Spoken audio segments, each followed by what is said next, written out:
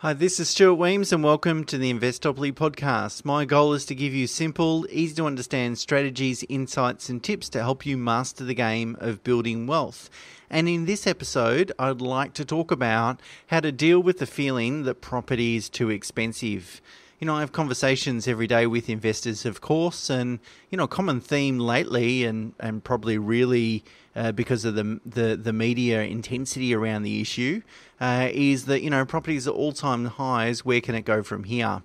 And what I'd like to talk about in this podcast is, you know, that property has really always seemed expensive. This is not anything new, and how to sort of deal with that. And I guess really it's been almost 20 years since I started my business, ProSolution Private Clients.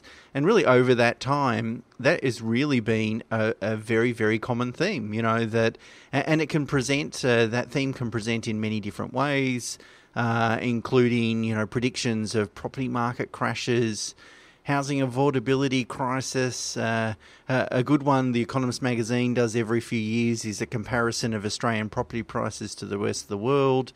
You know, there's all this sort of rhetoric that that the media comes out. It's obviously mostly clickbait, but you know the noise is often quite unhelpful for property buyers, particularly investors. But the reality is that property has always been expensive, and this is nothing new. It's probably not going to change. And so what you've got to do is learn to live with it. And despite all the rhetoric, continue to make prudent financial decisions. So let me share a brief story, a property that I purchased, in fact, back in December 2006. And I had engaged a buyer's agent, Richard Wakelin, at the time to go and select and purchase an investment-grade property for me and my then wife. He ended up buying a single-fronted Victorian cottage on a relatively small block of land, 146 square metres, in the blue-chip suburb of Prahran in Melbourne. And we paid $723,000 for that single-fronted two-bedroom Victorian cottage, which was a record price at that time in that street. Something of which really didn't make me feel fantastic about paying a record price for a particular asset. In fact, it made me feel a little bit sick, to be honest. But I trusted the fact that buying a really good asset in a great area is always going to work out longer term. Now, I unfortunately separated from my first wife in 2012, so as part of that process, we had to dispose of that asset. So I don't own it anymore, but it most recently sold in August 2019, so pre-COVID, for $1.362 million. So $723,000 I paid for it. Most recent sale, 1.3, call it $1.4 million. That property would be worth probably somewhere close to $1.5 million today. Now, when you look at the growth really between 2006 and 2019 when it last sold, it's only annualised growth of 5.1%, which actually isn't that great. But if you have a look at the longer-term performance of this asset, really since 1990, it's just a touch under 8% compounding over that period of time, so a 30-year period of time. So really a very good asset. The point I'm trying to make is that when I purchased that asset, you know, it was ridiculous. It was too expensive. It felt too expensive, I should say, and it concerned me. But now looking back at the purchase price, you know, I should have bought two or three. It's almost always the case when it comes to property. Now, of course, the concern is when you buy into a market at its peak, you know, the concern is that there's all downside and no upside. You know, that once if the market crashes, prices fall, how much further can they go? Whereas if you buy into the share market, for example, after it's fallen 40%, you know, you pretty much got probably mostly upside and no downside. So, of course, we can talk about sort of theoretical examples of how the property market can crash. But instead of worrying about theory, let's look at practically what happens. And I think the biggest and most compelling fact for me is that government policies have always supported property prices. Now, of course, we can argue the merits of that, whether in fact that is the right thing for a government to do, whether they should step in if, property prices are under pressure, those sorts of things. And in fact, I think there's a very strong case to mount that in fact government should keep out of markets like the property market and let markets do its thing, which could include people losing money sometimes, and to step in and save people from losing money really isn't how a free market should operate. But the reality is that the government has always done that, and there's been several examples of this. Of course, negative gearing is one that was introduced in 1985-86 to give a tax break to people that invest in property. When the GFC occurred, the Rudd government doubled the first home owner boost from $7,000 to $14,000 to sort of underpin the demand for property during that sort of GFC period. And then most recently, the example was obviously the federal government working with the banks to negotiate loan repayment pauses. So, the industry turned around through the pandemic and said, okay, you don't need to repay your loans to deal with any sort of foreclosure or reduce the risk of foreclosure and those sorts of things. But the reality is that there's been heaps of examples over the years where as soon as the property market gets a few jitters, the government will step in. Now, they've got an incentive to do that, of course, because we know that falling home values are really bad for the economy. If the price of your dwelling is falling, it makes you feel very uncomfortable. Consumer confidence falls. As a result, consumer spending falls, and that really deteriorates the whole economy. So there are wide-reaching impacts or other reasons why the government wants to make sure everyone feels financially safe and secure, particularly in regards to their home value. Secondly, we've got 4 banks that hold more than 80% market share in Australia, and the strength of those banks are really dependent on a strong and robust property market. And it's not difficult to imagine that the banks have some pretty significant lobbying power in Canberra. Now, I'm not suggesting that these vested interests are in fact healthy for what should be a very free market. Just merely pointing out that they exist. So let's not have an argument about whether it's right or wrong. Let's deal with realities, and the reality is there's always going to be a strong incentive for the government to make sure that the property market is well supported. And as long as that's the case, a price crash or a major correction is therefore quite unlikely. So then let's talk about then the theoretics of a property market crash. So really, if prices are to fall, let's say 30%, for example, using some of the predictions that the banks came out with in the middle of last year, there needs to be widespread selling. Now, that can only happen if the housing market is in oversupply. So that is that there's more properties than necessary for us to occupy. If the market is in equilibrium, so that is that there's enough properties for people to occupy, but not too many, and also not too few, although too few would underpin prices further, then a property market crash is very unlikely because, I might turn around and sell my home, but if I've got nowhere to live, I'm going to be pretty reluctant in order to do that. So if you had a look at what happened to US property prices in 2008, the market in many locations started from a point of oversupply. As a reminder, during that time, credit criteria and loan terms were very loose. Anyone was getting a loan. There were stories of people borrowing $3 million on a salary of $60,000, for example. It was just pretty crazy. And people were told prices never fall. Don't worry about it. Just borrow the money, go buy the houses. And even though they sat there vacant, because they couldn't find tenants for them, they just banked on rising property prices. Now, of course, when the GFC occurred, that all unwound. And the problem is that because they started from a point of oversupply, of course, then property prices correct. So the key thing then to look at is supply demand. How many properties do we have? How many people do we have to occupy them? Because as long as that's in equilibrium, a widespread sale of property is very, very unlikely to occur. Now, that's the theoretics behind a property market crash. Let's look at sort of history, if you like.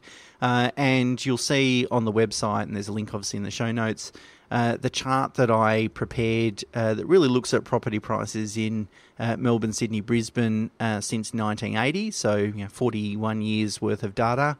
And I had a look at, how often do we get a negative return in any one particular year, and what's the average negative return? So we can sort of test to some extent the volatility of prices. Now, Sydney is the most volatile. You should expect a negative return every sort of 4-ish years, and the average negative return is 5.5%. But when you have a look at the long-term average growth rate, this is just median house price, by the way, it's not investment-grade property. Since 1980, it's about 7.7%. So pretty good return, not too bad a volatility, but relatively high compared to other markets. Melbourne's in the middle. You should expect a negative return every 7 years or so. The average negative return's lower than Sydney, negative 4.3%. And the long-term growth rate is the best of the three capital city markets at 8.1% over the last 40 years. And Brisbane is far less volatile, a negative return of every 10 or so years, but the negative return's about 3.1% on average, and long-term growth rate of 7.1% over that same period of time. So what we can see is that, sure, property doesn't always rise. There are negative returns, particularly in that Sydney market, but really it's that long-term performance that's most important. And when that does have a negative year, we're not talking about massive negative years. The share market can lose 30 or 20 or 30% in a particular year, whereas the property market, it's tends to be less than 5%, which really isn't, in the long run, that big a deal. Of course, it's important to remind us that this is just median house price data, and really doesn't inform us to what the volatility rate of investment-grade property looks like. But I would mount a case to say that investment-grade property is likely to be less volatile than the median, just because it tends to be supported by stronger fundamentals, and on average, the owners of those properties, because they're higher priced, tend to have a stronger financial position, and they're more likely to sort of ride out, tougher economic times. Now, of course, I'm talking about the property market like it's one homogenous market, but of course we know it's not, that different locations and different types of properties behave completely differently. So therefore, of course, it's possible that whilst we might not see a property market crash, so a widespread crash, it's not inconceivable, and in fact, it's quite possible that certain segments of a property market could crash. And I think mining towns were a really good example. In 2016, we saw prices of property in mining towns which had just become, unsupportable, just ridiculous. They dropped 70% in that year. So, property market crashes widespread, probably unlikely. But certainly in some geographical segments within markets, depending on how silly their valuations become, it starts to become more likely. And that means if you're buying a property with really strong fundamentals, that is an investment grade property, a crash in that market is even less likely again. Now, of course, there's always going to be doomsdayers. There's really always property skeptics out there. And I estimate probably every year over the last 20 years, there's been one high-profile person predicting a property market crash. It's great. It makes for great clickbait. It's always going to happen. I don't think it's ever going to change. I think there are always going to be people out there predicting that's going to happen. But really, you'd be well advised to ignore that sort of attention-grabbing headlines and really just follow an evidence-based approach. The other thing you can do to help put current property values in perspective is to really consider longer-term outcomes. And the problem is it's quite mentally difficult to get your head around how powerful compounding capital growth can be. So, if you get 10% this year, then 10% the next, and then the next and next and next, how that really compounds over time. And so what I did is I just produced a simple table that looked at, compounding capital growth, 7, 8, 9, 10% over periods of 10, 20, 30, 40 years to sort of demonstrate to some degree mathematically just how powerful it is. And so if we look at an example, I invest $1 million for the next 10 years and receive a 9% compounding return. In 10 years' time, my investment is worth 2.4 times more than what it is today, so $2.4 million. That's a pretty good return. If I retain that investment for the next 40 years and continue to receive 9% per annum, that investment is then worth 31.4 times its original value, or $31.4 million. That's a considerable amount more than what I achieved in that first 10 years. And that's what I find it's difficult to conceptualize these numbers. And then sometimes when you do, you think, well, how's that property ever going to be worth $5 million? Yes, but the reality is that that's how markets work. No one would have ever thought that we would have companies that exceeded $2 or $3 trillion in the US in 2021. But you know what? It's happened. This is where we are. People couldn't have conceived that even maybe 10 years ago. So therefore, the best way to mitigate the risk of buying into a overheated market is to level up on quality, is to buy a property that has the highest probability of generating the highest return.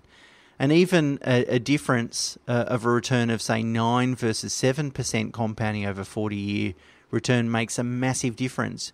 If you get 9%, you've earned twice the return than what you would have got at 7%. So a relatively small increase in growth rates over very long periods of time has a substantial impact on future value. And that's really where the value lies in, if I'm buying an asset today, what will this asset be worth in 10 years, in 20 years, in 30 years?